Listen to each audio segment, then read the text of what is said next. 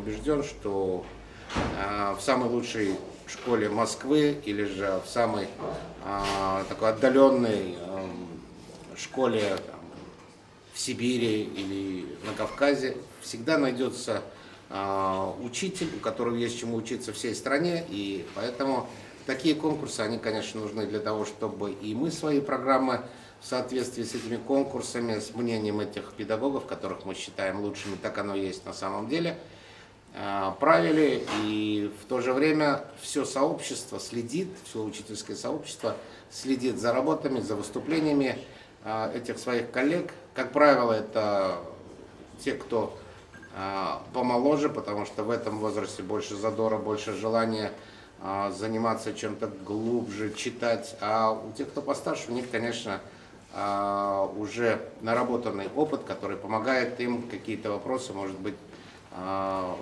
решать полегче, но и то, и другое очень важно для учителя.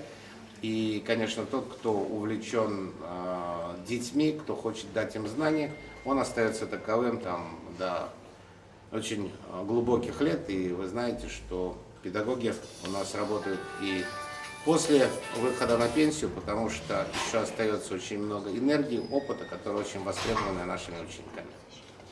Уважаемые коллеги, вы дальше продолжите.